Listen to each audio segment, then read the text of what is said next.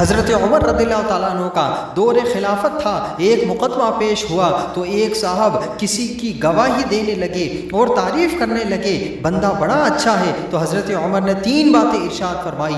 آپ فرمانے لگے تو اس کا پڑوسی ہے؟ اس نے کہا نہیں۔ تو فرمایا تمہیں کیسے پتا یہ اچھا ہے؟ پھر فرمایا تم نے اس کے ساتھ کبھی سفر کیا ہے؟ اس نے کہا نہیں۔ آپ نے فرمایا پھر تمہیں کیسے پتا یہ بندہ بڑا اچھا ہے؟ تیسری بات ارشاد فرمائی کبھی اس کے ساتھ درہم و دینار کا یعنی روپے پیسے کا لین دین کیا ہے؟ کہا حضور نہیں۔ تو فرمایا تمہیں کیسے پتا یہ بندہ بڑا اچھا ہے؟